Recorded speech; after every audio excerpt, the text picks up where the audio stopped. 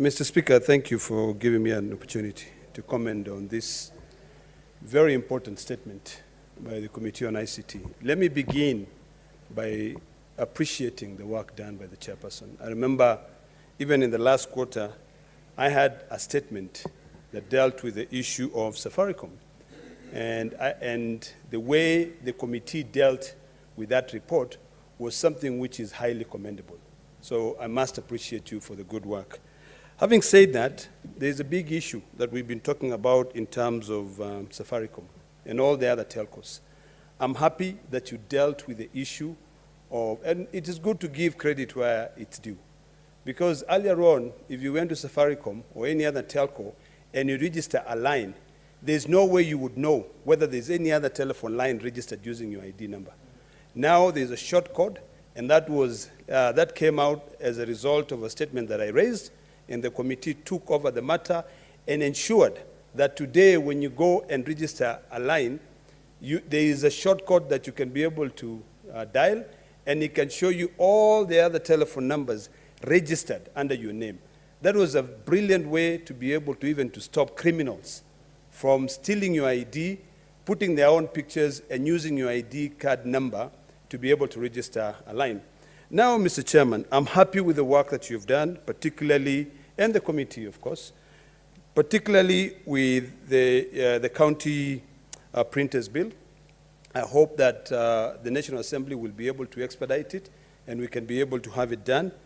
I'm happy also with the work that you have done in terms of the data protection. Preparation also, particularly, today I spoke to somebody from CAK, and they mentioned to me that they are in Turkana, and the money that they are using is from the Universal Service Fund to ensure that they prepare for these elections, so that by the time we are going into the election, results will be streaming. Because in the last election, we had a challenge where there were so many problems when it comes to the issue of connectivity. We have one big problem, Mr. Chairman, which I'll be very happy through Mr. Speaker, which can be dealt with. And it has to do with the issue of debt. Today, I read in the papers, and it worries me, that Safaricom is now trading in the same line as Kenya Airways. Over the last few months, they have accumulated debt, which is about 5 times the debt that they had. Last year or a few years ago, the debt that Safaricom owed was only 14.7 billion. Today, we are talking about 76.9 billion. You know, that's a lot of money. And we know some of that debt has come as a result of their investment into the country of Ethiopia, but we have to be very careful, because if Safaricom is now trading in the same line as Kenya Airways, Kenya Power, and Kengen, we have to worry about the monopoly. This is a country where today, even M-Pesa services go down for a day, the whole country is, collapses. The economy collapses. So we have to be very careful. And I think, Mr. Speaker, the Committee on ICT need to be able to follow it closely to ensure that we are not put in a situation where we depend so much on one company, such that because of its debt, and because of uncertain times during this pandemic, you don't know what is going to happen tomorrow. With this COVID pandemic, you know, the economy could be crushed. When we traveled to the US a few months ago, the supply chain had already been interrupted, such that when you go even try to buy a shirt in a store, you cannot be able to find one. So we have to be extremely careful, and I hope that the Committee on ICT will be able to monitor closely. Because Safaricom is one of the companies that Kenyans have invested heavily on. Kenyans believe in that company. You know, if you go now, it is the biggest bank in this country. You know, some of us believe that we should be able to separate the two, M-Pesa to become a complete bank and Safaricom to become a telco, so that in the event that the telco service collapses, at least our economy will still continue.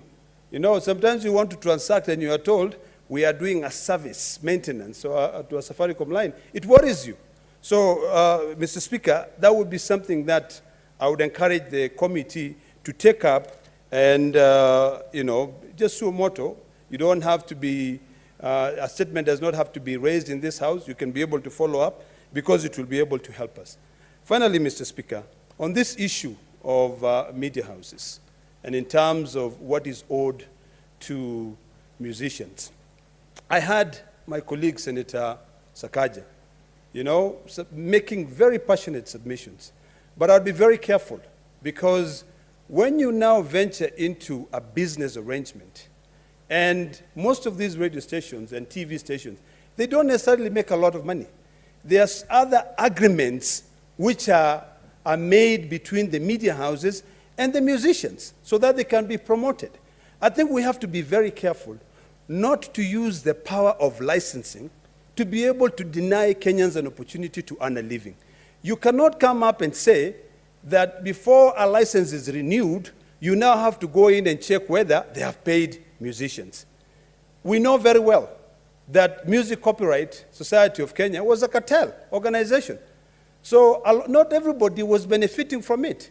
So I think we have to be very careful and ensure that we liberalize this service completely, such that these other people who come up with their music, they can decide to form their own cooperative and decide to sign their own agreement with any telco to be able to develop this issue of skiza tunes. In fact, others are developing. They can be Kale tunes. They can be Kao tunes. They can be any other tunes. So long as we do not monopolize this, because the moment we monopolize it and we use so much power to be able to stop businesses from growing, we will be venturing into unknown territories.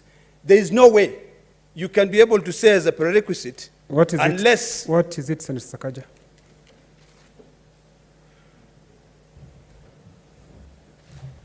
Mr. Speaker, I'm shocked, but is it in order for my good friend Senator Ledama to almost discourage media houses from sorting out their obligations to our young musicians and artists, while they themselves who appeared before the committee, and Mr. Speaker, that is why it's important to read reports, they themselves accepted that they owe our musicians, including from your county, money.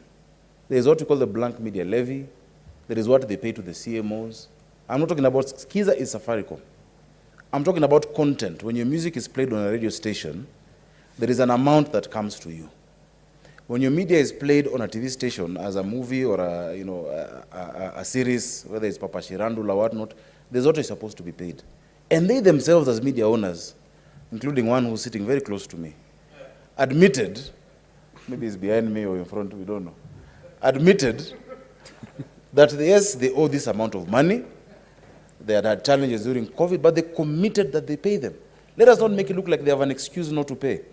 Our young people are suffering. I'm in many groups of creative economy where young people, I've been a musician. Mr. Speaker, when a musician is selling his instrument, it's like you cutting off your hand. Things are bad. They cannot pay rent. They cannot pay school fees. They cannot pay hospital bills. We cannot come here and say that it's okay for musicians and actors not to be paid, but all these media houses are paying foreigners. They're paying Universal Records. They're paying Bollywood. They're paying Hollywood. They're paying South America.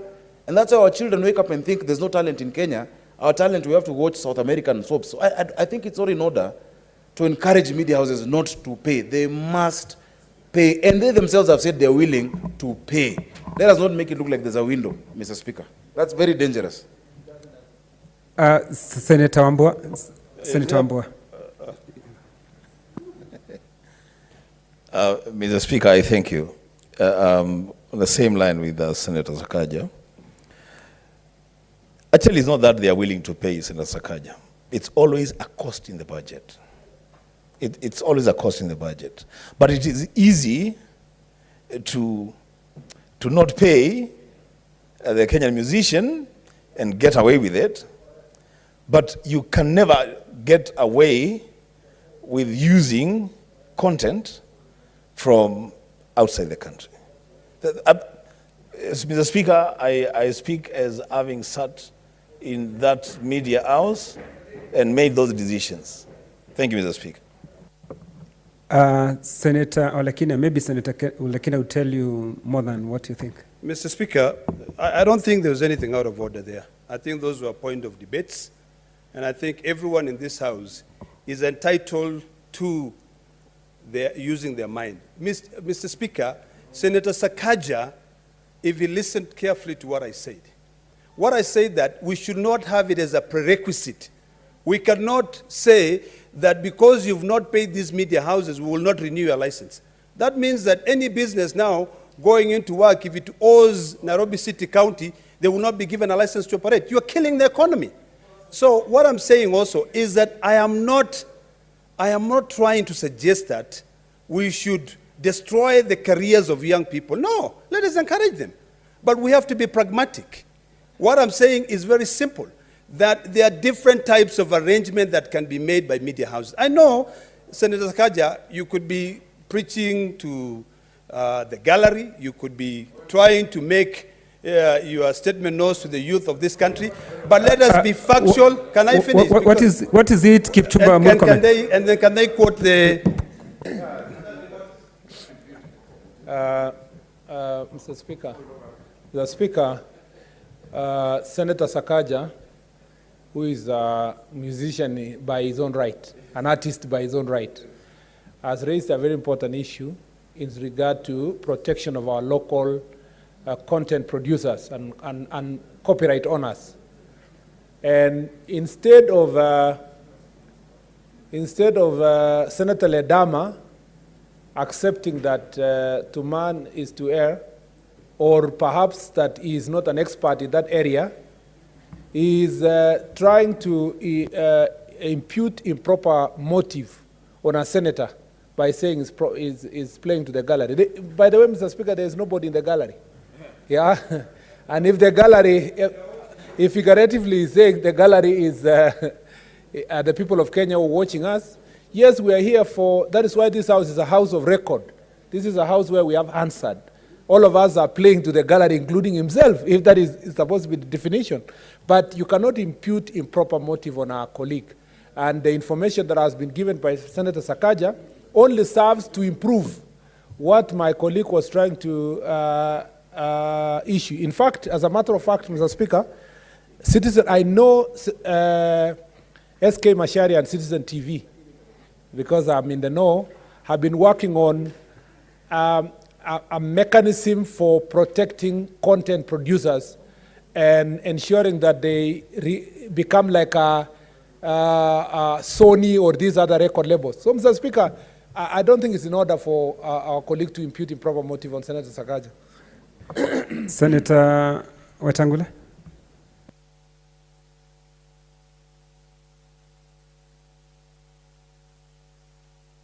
Mr. Speaker, we can't let the distinguished Senator for Narok get away with this. Standing Order 96 is very clear. My distinguished nephew, the Senator for Nairobi, Mr. Speaker,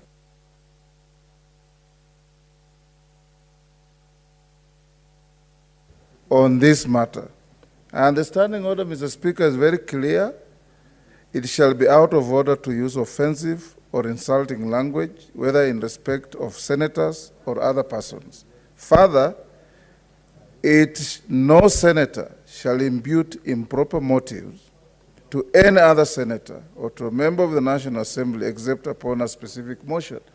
Mr. Speaker, there is no single senator here who speaks to the gallery. We speak to the Hansard.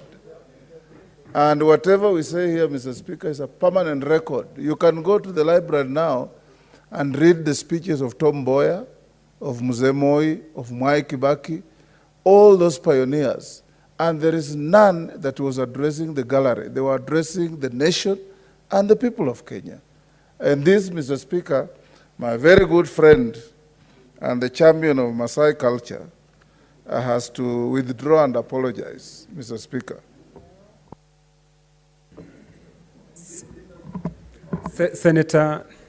Senator Olekina, it is so clear from a Standing Order 96-4, and you have to withdraw and apologize.